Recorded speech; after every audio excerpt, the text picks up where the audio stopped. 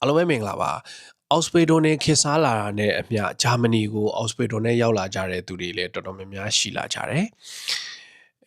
အဲ့ဒီအထဲကမှအောက်စပေဒိုနဲ့ပတ်သက်ပြီးတော့မေးတဲ့မေးခွန်းတချို့ကတော်တော်လေးစိတ်ဝင်စားဖို့ကောင်းတယ်အဲ့ဒါပါလဲဆိုတော့အောက်စပေဒိုနဲ့ကျမတို့ဂျာမနီကိုရောက်လာပြီးတော့အဲ့ဒီအောက်စပေဒိုကိုဆက်မလို့တော့ရင်ဘာတွေဖြစ်မလဲအဲ့ဒါတခုနောက်တစ်ခုကကိုရွေးလိုက်တဲ့အောက်စပေဒုံကကိုနဲ့သဟဇာတာမဖြစ်တော့တာလုပ်ငန်းဝင်ထဲမှာလုပ်ဖို့ကိုင်ဘတ်တွေနဲ့အဆင်မပြေတာပြီးတော့ဒီ company နဲ့အဆင်မပြေတာပြီးတော့ဒီအလုံးနဲ့ပတ်သက်ပြီးကိုမှ stress တွေအများကြီးဖြစ်လာတဲ့အခါမျိုးမှာဒီ အောက်စပေဒုံကိုဆက်မလုံးနိုင်တော့ဘူးဒီအောက်စပေဒုံရဲ့တန်ကိုမခံနိုင်တော့ဘူးပေါ့နော်အဲ့လိုလူတွေအတွက်ဒီအောက်စပေဒုံကိုဆက်မလုံးချင်တော့ဆိုဘာတွေဖြစ်မလဲဆိုတော့အကြမ်းမြင့်အဖြစ် generally ဖြစ်ရရင်တော့ hospital ဆက်မလုပ်တော့ဘူးဆိုရင်တော့ဘာဖြစ်မလဲဆိုရင်နေထိုင်ခွင့် visa ပယ်ဖြတ်ခံမှာဖြစ်တယ်အဲ့တော့နေထိုင်ခွင့်ရှိတော့မှာမဟုတ်ဘူးတရားဝင်ကိုစိတ်ကြိုက်ကိုဟာနဲ့ကိုဆက်မလုပ်တော့ရင်ပြောတာပေါ့နော်ဆိုတော့ hospital နဲ့ရောက်လာတဲ့ hospital ဆက်မလုပ်တော့ဆိုတော့နေထိုင်ခွင့် visa ပယ်ဖြတ်ခံမှာဖြစ်တယ်အဲ့တော့နောက်တစ်ခုဘာလို့လုပ်လို့ရလဲဆိုတော့တကယ်လို့မှမဟုတ်ဘူး hospital ကဥပမာပေါ့ဗျာကိုက kitchen ထဲမှာလုပ်တယ်မိဖို့ထဲမှာညော်နှံ့နေစီနှံ့နေနဲ့ကိုကကျမ်းမာရေးဒီဟာနဲ့ပတ်သက်ပြီးတော့အဆင်မပြေဘူးအဲ့လိုမျိုးဆိုရင်တော့အကြောင်းပြပြီးတော့တထင်းနဲ့ညှိနှိုင်းပြီးတော့တရားဝင်ဒီ hospital စာချုပ်ကိုဖျက်သိမ်းလို့ရတယ်ကျမ်းမာရေးနဲ့ပတ်သက်ပြီးတော့ခုရှဲထဲမှာလုပ်တယ်ကားစိတ်မှုတ်တဲ့လုပ်ငန်းတွေ hospital တွေရှိတယ်အဲ့လိုဟာမျိုးတွေကြရင်ဒီဆေးနှံအနေနဲ့ကိုယ့်ရဲ့နှာခေါင်းနဲ့လဲချောင်းတွေနဲ့အဲ့လိုမျိုးပေါ့နော်အဆင်မပြေဘူးကျမ်းမာရေးအကြောင်းပြချက်နဲ့ကုမ္ပဏီနဲ့ကိုယ့်ရဲ့ဂျာမာဒီ hospital စာချုပ်ကိုတရားဝင်ညှိနှိုင်းပြီးတော့ဖျက်သိမ်းနေဆိုရင်တော့ဘာမှမဖြစ်ဘူးဆိုပေမဲ့ဒီတိုင်းအလွတ်ကြီးထိုင်နေလို့တော့မရဘူးဘာမှမဖြစ်ဘူးကုမ္ပဏီကတရားဝင်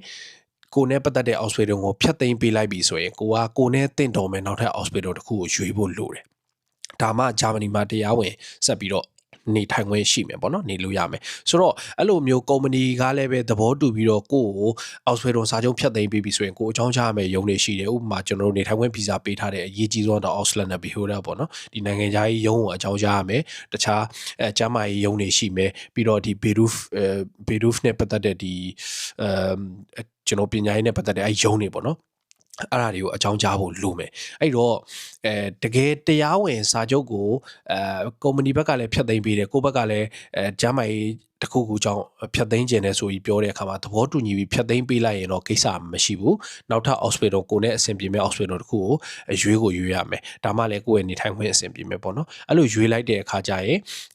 ်ဖြတ်သိမ်းပြီးတဲ့ဒီအရင် hospital ကိစ္စကိုဌာနဆိုင်ရာတွေကိုအကြောင်းကြားရမယ်နောက်ထပ် hospital အတွက်လည်းပဲထပ်ပြီးတော့ရှာရမယ်ရှောက်ရမယ်ပေါ့နော် hospital စမယ့်အချိန်မှာကိုကနောက်ထပ် hospital တစ်မျိုးကိုစလို့ရမယ်ဒါကတော့ဂျာမနီမှာနေပြီးတော့တစ်ဆက်တည်းလုပ်လို့ရမယ့်အရာတွေပေါ့နော်အဲ့လိုမှမဟုတ်ဘူးဒီ hospital ကိုကျန်းမာရေးအကြောင်းလည်းမဟုတ်ဘူးကို stress ကြောင့်ကိုယ့်ရဲ့စိတ်ကြောင့်ကိုယ့်ရဲ့ emotional တစ်ခုကြောင့်ကိုလုံးဝမလုပ်ချင်တော့ဘူးဆိုရင်တော့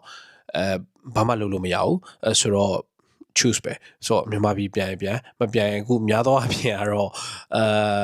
hospital နဲ့ရောက်လာပြီးတော့ခိုလုံခွင့်ရှော့ပြီးတော့ကန့်နဲ့ရောက်နေတဲ့သူတွေလည်းအများကြီးဖြစ်နေပြီပေါ့နော်အဲ့တော့ပြောချင်တာကတော့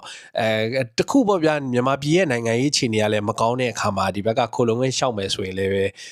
ရနေတဲ့အချိန်ကာလမျိုးဖြစ်နေတော့အဲ့လိုမျိုးပေါ့နော် hospital ဒဏ်ကိုမခံနိုင်တဲ့အခါမျိုးတွေမှာရွေးစရာကရှိနေတာပေါ့နော်မြန်မာပြည်သားတွေအတွက်ကကံကောင်းတယ်ပဲပြောရမလားပေါ့နော်အဲ့လိုရှိနေတဲ့အခါကျတော့ hospital ရဲ့ဒဏ်ကိုမခံနိုင်တဲ့အခါမျိုးမှာတခြားရွေးစရာလည်းမရှိတဲ့အခါမျိုးမှာခိုလုံဝင်လျှောက်လိုက်တဲ့လူတွေလည်းဒူးနဲ့ဒီပေါ့နော်အခုအများကြီးဖြစ်နေကြပြီပေါ့နော်တချို့ကြောင့်လည်း hospital ကိုဆုံးခန်းတိုင်အောင်တက်ကြတဲ့သူတွေလည်းရှိတယ် hospital နဲ့ပဲဆက်ပြီးတော့သွားနေကြတဲ့သူတွေလည်းရှိတယ်ပေါ့နော်အဲ့တော့ပြောချင်တာကတော့ hospital နဲ့ရောက်လာပြီးတော့ hospital ကိုစိတ်ကြိုက်ကိုယ့်အနေနဲ့ကိုမလုပ်ချင်တော့လို့မလုပ်ဘူးဆိုရင်တော့မြန်မာပြည်ပြန်မပြန်လို့ရှိရင်ခုနတခြားသူတွေရွေးသလိုပဲအခြားနီလန်းတွေရှိတယ်ပေါ့နော်ဆိုအလုပ်ရှာပြီးလုပ်မယ်ဆိုလို့ကတော့လုံးဝမရပါဘူးเนาะအဲ့ဒါတော့အဆင်မပြေဘူးဒါမှမဟုတ်တရားဝင်ကုမ္ပဏီနဲ့နှစ်ဖက်အတူသဘောတူစာချုပ်ဖြတ်သိမ်းပြီးတော့ကိုကအခြား hospital အသစ်ရှာမယ်ဆိုရင်လည်းအဆင်ပြေပါတယ်အဲ့ဒါဆိုရင်လည်းရပါတယ်မဟုတ်ဘူးဆိုရင်တော့ကိုစိတ်ကြိုက်ကိုကလည်းကိုမလုပ်ချင်လို့ဒီဒဏ်ကိုမခံနိုင်လို့ဆိုရင်တော့ဘာမှရွေးစရာမရှိပါဘူးပြန်မပြန်ရင်ခုနကျွန်တော်ပြောတဲ့ပုံစံပေါ့เนาะအဲ့ဒါပဲရှိတယ်ပေါ့เนาะ အဲ့လိုမျိုးဖြစ်တတ်ပါတယ်ဆိုတော့အဲ့တော့ Auspedon လုတ်ချင်တယ်ဆိုရင်အစောကြီးတွေကရွေးပါလာခြင်းတဲ့စိတ်ကိုပဲအရင်ကြီးမလောပါနဲ့ကိုရောက်ရင်ပြီးရောလာရပြီးရောဆိုတဲ့ပုံစံမျိုးတွေတော့မဖြစ်စေချင်ဘူးတကယ် Auspedon visa နဲ့ပဲတရားဝင်နေခြင်းနဲ့ဆိုရင်တော့ကိုရွေးတဲ့ Auspedon ကလည်းကိုနဲ့တဟဇတာဖြစ်ဖို့လိုတယ်ပေါ့နော်များသောအားဖြင့်တော့ stress တွေကတော့ရှိတယ်မြေပဲဘယ်နေရာပဲဖြစ်ဖြစ်တို့မြေဒီဟာကိုခံနိုင်မခံနိုင်ဆိုတာကိုယ့်ပုံမှာမူတည်ရပေါ့နော်အဲ့တော့မလာခင်ကြိုပြီးတော့စဉ်းစားကြပါအဲ့ဒါလေးပြပြပေးတာပါ